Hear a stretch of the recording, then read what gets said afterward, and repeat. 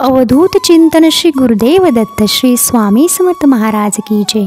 स्वामी भक्त हो, हारलेल्या मनाला भारी देण्याचं काम आपले चांगले विचार आणि चांगल्या प्रेरणा करत असतात।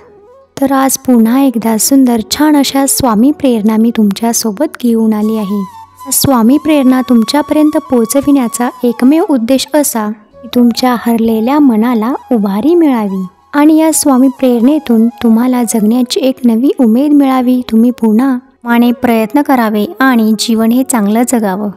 स्वामी भक्त हो, स्वामींना खऱ्या मनाने जर शरण गेलं तर स्वामी महाराज हे आपल्याला सर्व प्रश्नांची उत्तरे नक्की देतात। स्वामी भक्त हो, तुम्हाला जर या स्वामी प्रेरणा आवडत असतील, हे व्हिडिओज आवडत असतील तर व्हिडिओला लाईक, शेअर आणि सबस्क्राईब करायला विसरू नका। व्हिडिओला सुरुवात करण्या अगोदर मी स्वामी महाराजांना त्रिवार वंदन करते। गुरु आदरणीय प्रदीप दादा यांना कोटी कोटी प्रणाम करते आणि तुम्हा सर्वांना श्री स्वामी समर्थ असं म्हणते। चला तर ऐकूया आजचे स्वामी संदेश। स्वामी प्रेरणा। स्वामींचं दर्शन हे नित्य अपार आहे। स्वामींचं नित्य नियमाने दर्शन घेतलं असता, स्मरण केलं असता स्वामी महाराज आपल्या सर्व इच्छा पूर्ण करतातच।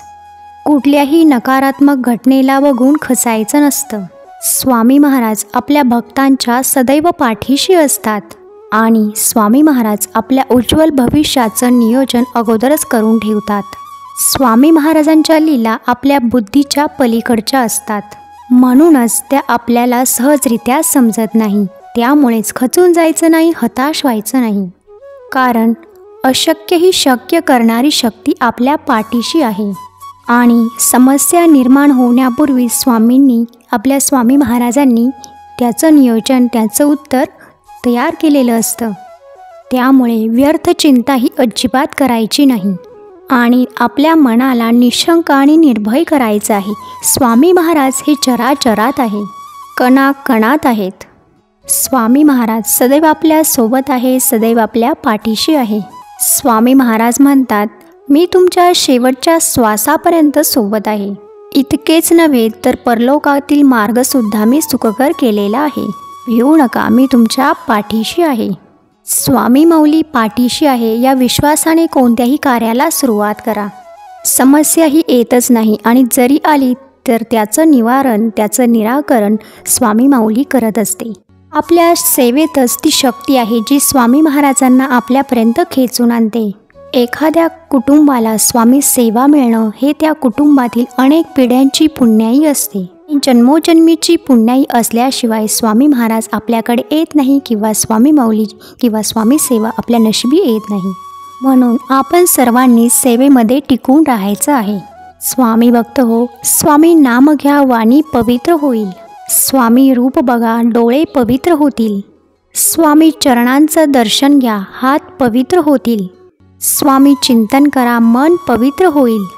स्वामी माऊलीला जीवन समर्पित करा, जीवनच पवित्र होईल। आपण फक्त पूर्ण श्रद्धेने, विश्वासाने स्वामी महाराजांना शरण जायचं, आपल्या गुरूंना शरण जायचं। स्वामी महाराज आपला योगक्षेम नक्कीच चालवतात आणि हम गया नहीं जिंदा है या वाक्याची प्रचिती देखील देतात, कारण आपल्या गुरूला आपल्या समस्येचं मूळ कारण माहीत असतं आणि त्यावरती आपल्याला कसं उत्तर द्यायचं किंवा कसा मार्ग दाखवायचा हे देखील गुरूला माहीत असतं। आपण एक गोष्ट लक्षात घेतली पाहिजे की आपण विश्वाच्या अशा गोष्टीच्या सानिध्यात आहोत जी शक्ती ब्रह्मांडाची अतिशय मोठी शक्ती आहे।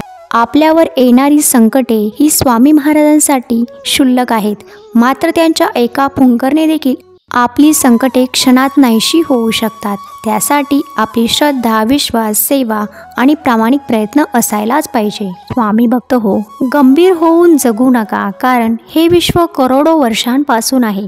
कित्येक आले आणि कित्येक गेले। कोणाचंही जीवन कोणासाठी थांबलं नाही। जे व्हायचंय ते होतच राहणार। आपण विचार करून मनासारखं घडणार नाही, कारण कितीही केलं तरी आपले प्रारब्ध आपल्याला भोगावेच लागतात। फरक मात्र एवढाच आहे, आपण गुरूंच्या सानिध्यात असलो तर गुरु आपले प्रारब्धही बदलू शकतात। स्वामी महाराज म्हणतात, बाळांनो विश्वास ठेवा, तुमच्यासाठी माझी योजना ही सर्वोत्तम असते। कधी कधी प्रसंग हे कठीण असतात, तेव्हा मी तुमच्यासाठीच काहीतरी करत असतो। हिम्मत नका हरू, प्रयत्न करत राहा. आज न उद्या आपलं काम नाही झालं तरी काय झालं, उद्या नाही झालं तर त्यानंतरच्या दिवसानंतर होईल. तुम्ही मनापासून प्रयत्न करा, आम्ही तुमची साथ देऊ. बाळा, संकटे तर तुम्हाला येतच राहणार, त्यातून तर कोणाचीही सुटका झाली नाही. भले भले आपली साथ सोडतील, आपल्याला एकटं पाडतील, आपल्यावर हसतील, आपला द्वेष करतील. कधी कधी तर आपल्या जीवाभावाची माणसे सुद्धा आपल्याला एकटं पाडतील. आपण हतबल होऊ, निराश होऊ. क्षणभर आपल्याला वाटेल सर्व संपलं की काय.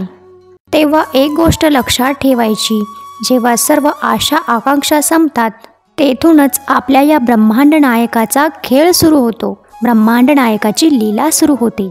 अतर्क्य अवधूत हे स्मरणगामी, अशक्य ही शक्य करतात स्वामी.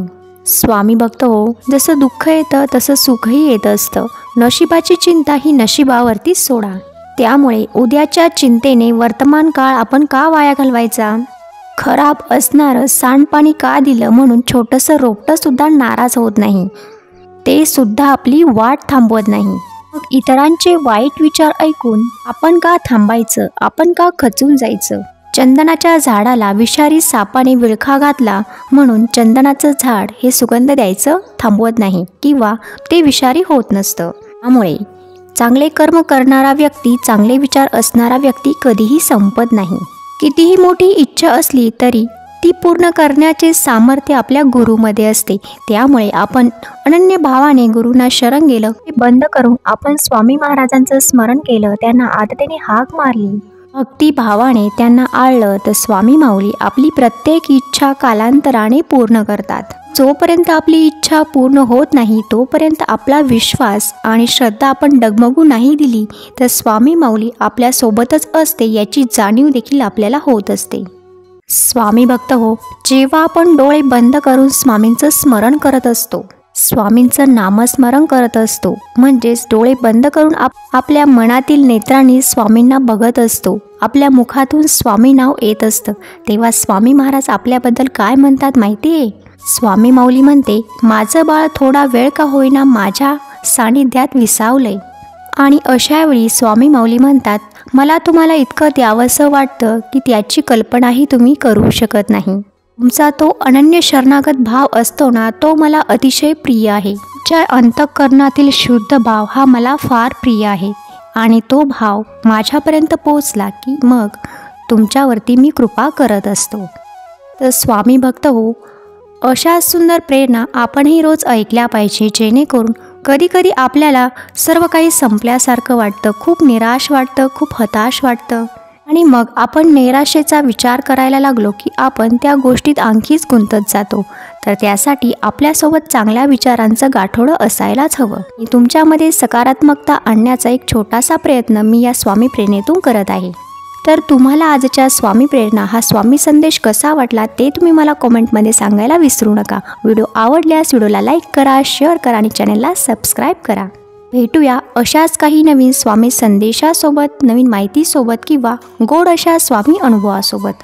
तोपर्यंत सर्वांनी काळजी घ्या, आनंदात राहा. तुम्हा सर्वांना आता मी श्री स्वामी समर्थ म्हणते आणि आजचा व्हिडिओ इथे संपवते. श्री स्वामी समर्थ, श्री स्वामी समर्थ, श्री स्वामी समर्थ.